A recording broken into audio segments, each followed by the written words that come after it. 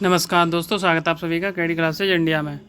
इस वीडियो में डिस्कस करने वाले हैं बिहार टीचर की जो पेपर आने वाला है, एलिजिबिलिटी क्राइटेरिया देखने वाले हैं उसमें, और सब्जेक्ट कॉम्बिनेशन और एग्ज़ाम पैटर्न के एग्ज़ाम का पैटर्न क्या होगा उसके बारे में डिस्कस करने वाले हैं। इसमें देखने वाले हैं बिहार प्राइमरी टीचर का 1 to 5 का। तो इसमें क्या रहता है एलिजिबिलिटी क्राइटेरिया 1 to 5 के लिए। तो इसमें रहता है 1 to 5 के लिए DL.Ed होना चाहिए प्लस सीटेट पेपर 1 क्लियर होना चाहिए, और इसमें केवल दो ही चीज़ें होनी चाहिए, DL.Ed और सीटेट पेपर 1। नेक्स्ट देख लेते हैं बिहार जूनियर टीचर जो आने वाली है। अब इस बार शायद प्राइमरी की तो आएगी नहीं, लेकिन जूनियर की आएगी, TGT की आएगी और PGT की आएंगी, ये कंफर्म है। प्राइमरी की शायद ना आए क्योंकि इस बार पूरी हो जाएंगी, इसलिए इस बार बचेंगी नहीं, इसलिए। अब इसमें देख लेते हैं 6 to 8 के लिए। इसमें क्या क्या चाहिए, B.Ed चाहिए या DL.Ed। इसका मतलब है जो 6 to 8 वाले फॉर्म भरे जाएंगे तो उसमें B.Ed और DL.Ed दोनों भर सकते हैं, लेकिन उसमें एक कंडीशन है कि ग्रेजुएशन होना चाहिए उनका। जैसे किसी जगह होता है उसमें DL.Ed इंटर के बाद ही होता है, मतलब इंटर के बाद DL.Ed कर सकते हैं। तो उसमें उनके पास अगर ग्रेजुएशन नहीं होगी तो वो इसमें नहीं भर पाएंगे। और B.Ed या DL.Ed हो और इसमें ग्रेजुएशन की हो तभी भर पाएंगे इसमें। और इसमें पेपर 2 चाहिए सीटेट का। अगर आपने सीटेट का पेपर 2 क्लियर किया है और ग्रेजुएशन की है और इसमें B.Ed या DL.Ed इनमें से एक की है, तो आप जो बिहार जूनियर टीचर की 6 to 8 की वैकेंसी आएंगी उसमें आप फॉर्म फिल कर सकते हैं। अब नेक्स्ट है बिहार TGT टीचर 9 to 10 के लिए। तो इसमें क्या क्या एलिजिबिलिटी क्राइटेरिया है, इसमें होना चाहिए B.Ed। इसमें DL.Ed वाले स्टूडेंट फॉर्म नहीं भर पाएंगे। इसमें B.Ed चाहिए, उसके बाद ग्रेजुएशन होना चाहिए क्योंकि ग्रेजुएशन के बाद ही B.Ed की जाती है। और इसमें एस्टेट पेपर 1 क्लियर होना चाहिए, जो अभी हुआ था एस्टेट पेपर 1 वो क्लियर होना चाहिए, या पहले का हो आपके पास तो चल जाएगा उसमें। और ग्रेजुएशन होना चाहिए, B.Ed होना चाहिए। तो इसमें कौन सा फॉर्म फिल कर सकते हैं, बिहार TGT टीचर 9 to 10 जो TGT वाला होता है उसमें फिल कर सकते हैं।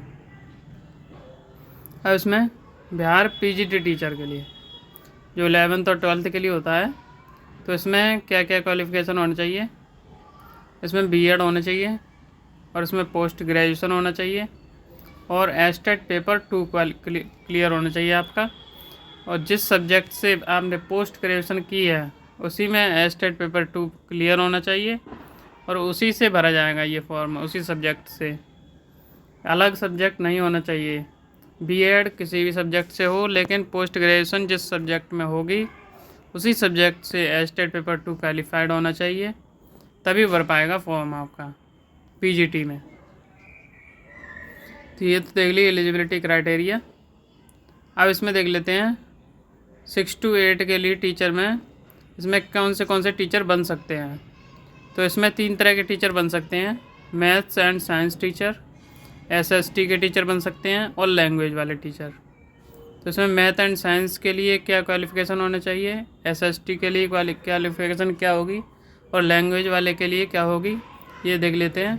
इसमें केवल 6 to 8 वाले फॉर्म फिल कर सकते हैं जो मैथ एंड साइंस वाले टीचर बनेंगे। और 9th 10th के लिए और 11th 12th के लिए तो वो एक सब्जेक्ट होते हैं। जैसे अगर आपने 9th 10th वाला फॉर्म फिल करना है तो इसमें एक सब्जेक्ट होना चाहिए, उससे भरेंगे आप। और ऐसे ही PGT में एक सब्जेक्ट जिससे आपने ये क्या कहते हैं पोस्ट ग्रेजुएशन की हो और एस्टेट पेपर 2 क्वालिफाई किया हो, उसी से आप भर सकते हैं उसमें। लेकिन 6 to 8 में 3 तरह के टीचर बन सकते हैं, मैथ एंड साइंस के टीचर, SST के टीचर और लैंग्वेज के टीचर। तो इसमें देख लेते हैं मैथ एंड साइंस के टीचर के लिए क्या क्या होना चाहिए ग्रेजुएशन में। तो ग्रेजुएशन में होना चाहिए आपने इनमें से कम 2 सब्जेक्ट पढ़े होने चाहिए ग्रेजुएशन में। तो मैथ्स, फिजिक्स, केमिस्ट्री, बायोलॉजी, इनमें से कम 2 सब्जेक्ट पढ़े होने चाहिए, तभी आप मैथ एंड साइंस के टीचर बन सकते हैं 6 to 8 में। और एसएसटी के टीचर कैसे बन सकते हैं? अब एसएसटी में इतने सब्जेक्ट हैं, इनमें से आपने किसी 2 सब्जेक्ट पढ़े होने चाहिए ग्रेजुएशन में, कोई से भी 2 हो सकते हैं। ये सभी सब्जेक्ट हैं history, geography, polity, philosophy, economics, commerce, psychology, sociology, home science. तो इतने सब्जेक्ट में से आपके कोई 2 सब्जेक्ट ग्रेजुएशन में हैं तो आप एसएसटी के टीचर बन सकते हैं 6 to 8 में। और नेक्स्ट है लैंग्वेज के टीचर। लैंग्वेज के टीचर के लिए कौन से सब्जेक्ट होने चाहिए? इसमें से केवल 2 सब्जेक्ट कम से कम होना चाहिए, हिंदी, इंग्लिश, संस्कृत, अरबी, बांग्ला, भोजपुरी, मगही, मैथिली, पाली, फारसी, प्राकृत, उर्दू। इसमें मैथ एंड साइंस में 2 सब्जेक्ट होने चाहिए, और एसएसटी में इनमें से 2 सब्जेक्ट होना चाहिए कम से कम। और जो लैंग्वेज वाले होते हैं इनमें से केवल 1 होना चाहिए, तो भी आप बन सकते हैं लैंग्वेज वाले में। नेक्स्ट है, अब पेपर कितने होंगे ये देख लीजिए।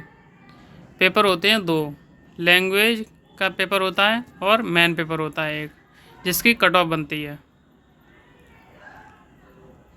तो लैंग्वेज के पेपर में क्या क्या आता है? लैंग्वेज में आता है हिंदी 75 नंबर की, और इंग्लिश आती है 25 नंबर का, और इसमें क्वालिफाइंग होता है 30%। जैसे आपके हिंदी और इंग्लिश मिला के 30% मार्क्स आते हैं तो आप इसमें क्वालिफाइंग हो जाते हैं। मेन पेपर में क्या क्या होता है? मेन पेपर में आता है एक तो कॉमन पेपर होता है, और इसमें सब्जेक्ट होता है। अब मेन पेपर में देख लेते हैं कॉमन पेपर में क्या है। कॉमन पेपर में है ये सभी सब्जेक्ट आते हैं जो 40 नंबर का होता है, maths, reasoning, science, EVS, SST और इंडियन नेशनल मूवमेंट। इसमें से 40 नंबर का आता है कॉमन पेपर, ये सभी के लिए आता है। और मेन पेपर में सब्जेक्ट पेपर कौन सा आता है? सब्जेक्ट का आता है कंसर्न सब्जेक्ट। जिस सब्जेक्ट से आपने ग्रेजुएशन की है या पोस्ट ग्रेजुएशन की है उसमें से 80 नंबर का पूछा जाता है। तो ये है एग्ज़ाम पैटर्न। 2 पेपर होंगे, इसमें एक लैंग्वेज का पेपर होता है और एक मेन पेपर। तो लैंग्वेज का पेपर क्वालिफाइंग है, और मेन पेपर में कॉमन पेपर और सब्जेक्ट पेपर होता है। कॉमन में ये सभी आता है, maths, reasoning, science, EVS, SST और इंडियन नेशनल मूवमेंट 40 नंबर का, और ये सब्जेक्ट वाला आता है 80 नंबर का। इसमें नो नेगेटिव मार्किंग, कोई नेगेटिव मार्किंग नहीं होती किसी पेपर में। अगर आपको ये वीडियो अच्छी लगी हो तो लाइक कर दीजिए, चैनल को सब्सक्राइब कर लीजिए। अब अगर आपको इसमें कोई गलती लगती है, आपको सजेशन देना हो तो आप कमेंट कर सकते हैं। वीडियो देखने के लिए बहुत बहुत धन्यवाद।